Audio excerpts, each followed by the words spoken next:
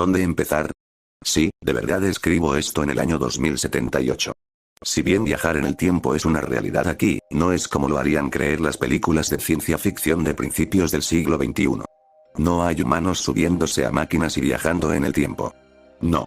Es solo información que podemos enviar. Esto no es descabellado ni siquiera para quienes viven en 2017. Si buscan esta información en internet, verán que los científicos ya están trabajando en el envío de información binaria básica a través del tiempo. Para 2078, esta tecnología ya existía desde hacía casi 10 años, pero solo la conocían unos pocos y estaba muy controlada. Estaba en sus primeras etapas experimentales cuando todo se fue al garete, y yo soy de los pocos que pueden acceder a ella. ¿Cómo funciona? Bueno, no tiene sentido siquiera intentar explicarlo todo. Explicarlo aquí sería como si alguien intentara explicarle cómo funciona un teléfono inteligente a alguien que viviera en el año 1800. Si bien es cierto que se ha experimentado con la tecnología, nunca se ha intentado alterar el pasado. Nadie tiene la menor idea de los problemas que esto podría generar. Pero dado el mundo en el que vivo ahora mismo, finalmente he llegado a la conclusión de que las cosas no podrían empeorar. En 2071, las cosas empezaron a ir mal. Pero para que todos lo entiendan, supongo que primero debería darles un resumen básico de cómo era ese mundo en ese entonces. La gente suele tener una visión idealizada del futuro. Debo señalar que, al menos hasta 2071, las cosas eran mucho más sencillas de lo que sospecharían. Pido disculpas a los lectores internacionales por esta versión estadounidense de la historia, pero es de donde vengo y es lo poco que sé. En mi época, se le daba muy poco énfasis al estudio de la historia. Muy bien, voy a resumirlo en viñetas. Tuve que investigar, pero veo que su actual presidente es un empresario llamado Donald Trump. No es un nombre importante en la historia, solo dura un mandato y no fue lo suficientemente importante como para ser querido o odiado a largo plazo. A principios de la década de 2020, se implementaron reformas mediáticas en Estados Unidos que llevaron a un límite estricto a las ganancias de los principales medios de comunicación, lo que a su vez generó una prensa de clickbait mucho menos polarizante. Esto generó una población más educada y abierta, lo que a su vez condujo a numerosas reformas ambientales. La década de 2040 es la primera de un siglo en la que las temperaturas globales y la población mundial comenzaron a descender. Los casquetes polares nunca se derritieron. Los patrones climáticos nunca se alteraron. En términos geopolíticos, Estados Unidos seguía siendo la única superpotencia mundial en 2071. China seguía estando cerca de Estados Unidos en términos económicos, pero muy por detrás en términos militares. Rusia y su vasto arsenal nuclear seguían presentes. Al igual que Europa, aunque más fragmentada. Brasil y Argentina son potencias económicas plenamente desarrolladas. India y Pakistán se enfrentaron en la década de 2030, lo cual derivó en una guerra nuclear. Casi provocó una catástrofe global, pero el resultado final fue un Pakistán prácticamente borrado de la faz de la Tierra y una India en la ruina económica. Creo que es suficiente por ahora. Podría seguir hablando de otros cambios, como cómo la realidad aumentada, y más allá, cambiaría la forma en que vemos el entretenimiento. Pero de eso no se trata esta publicación. Es una advertencia. Si quieren saber más sobre cualquiera de estos otros temas, pueden hacer preguntas en la sección de comentarios y responderé todas las que pueda. No tengo mucho más que hacer, como verán. 2071, el año en que las cosas van mal. Comenzó con un aumento drástico de las enfermedades mentales. Principalmente en personas que previamente no presentaban síntomas. Al principio, nadie sabía qué estaba pasando, pero finalmente se reveló que se trataba de casos de EDGF. O, en una terminología que les resultará más familiar, la variante humana del mal de las vacas locas. Esto se debió a un brote de la enfermedad a finales de 2017, sí, leyó bien la fecha, en vacas, que afecta a prácticamente todos los principales proveedores de carne de res. Debido a la terrible incomprensión de las repercusiones, una serie de encubrimientos corporativos ocultaron la verdad al público en general. Y antes de que nos diéramos cuenta, aproximadamente el 30% de la carne de res del mundo estaba contaminada mucho antes de que comenzaran los retiros de productos.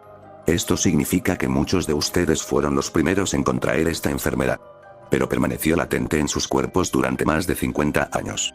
Muchos de ustedes morirán durante ese periodo de incubación de 50 años, pero la habrán transmitido a sus hijos y nietos. Nadie entendía que esta enfermedad permaneció latente en nuestros cuerpos durante tanto tiempo, transmitiéndose hereditariamente. Si bien hubo algunos casos esporádicos y leves de la enfermedad que mostraron signos en humanos en las décadas que pasaron, no fue hasta 2071 que las cosas cambiaron. Los casos de enfermedades mentales estaban aumentando por millones. La EDG va destruyendo el cerebro, ¿sabe?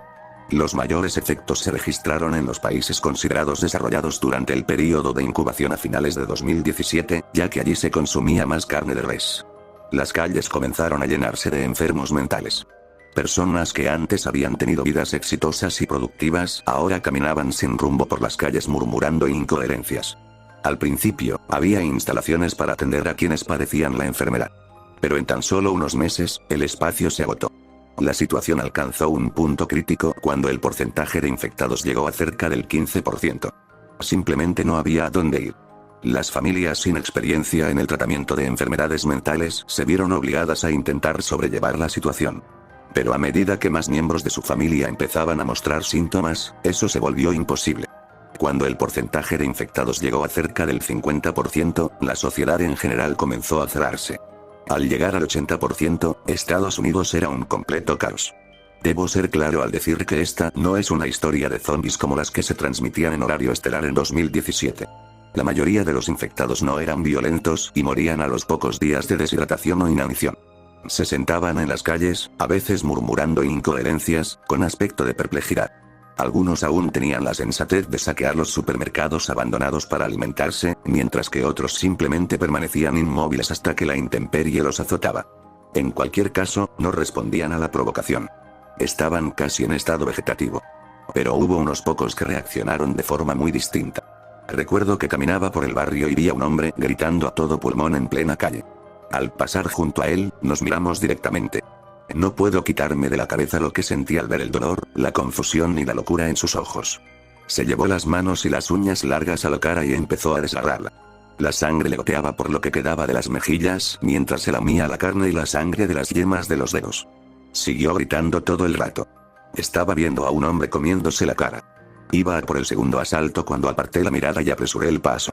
Vi a otro hombre que, de alguna manera, había perdido un brazo, se lo habría arrancado él mismo, y lo sostenía con el otro brazo como si fuera un garrote, golpeando a otros infectados mientras pasaba. Cuando el hombre me vio, gritó sin parar y me siguió cojeando un rato, sujetando su extremidad en la mano como si fuera un bate de béisbol.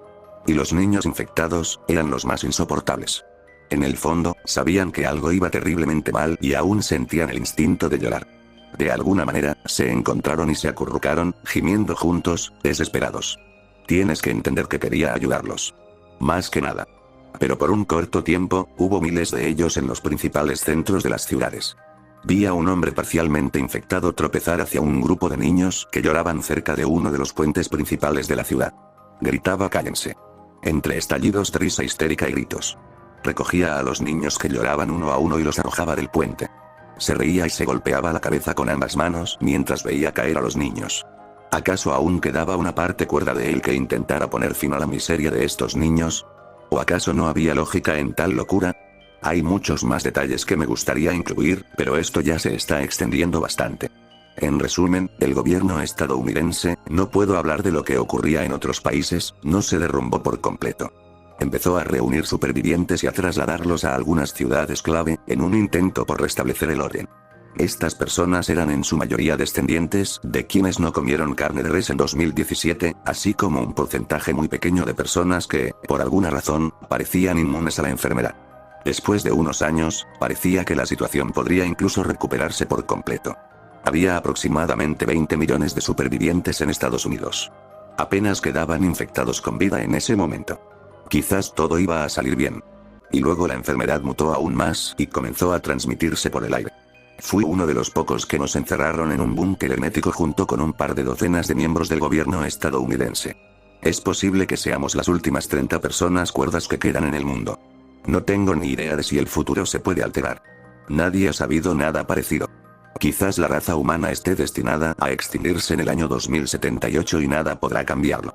Pero por si acaso existe la posibilidad, les sugiero que eviten comer carne de res durante el próximo año, más o menos. Esto no es una diatriba pro-vegetariana disfrazada de súplica de ayuda del futuro. No soy vegano intentando predicar un estilo de vida sin crueldad. No soy hindú intentando proteger la santidad de la vaca. Soy un hombre sentado al final de la historia, intentando darle a la raza humana la más mínima posibilidad de supervivencia. Presten atención a mi advertencia, o no. Pero tenía que intentarlo. Tenía que, al menos, intentarlo.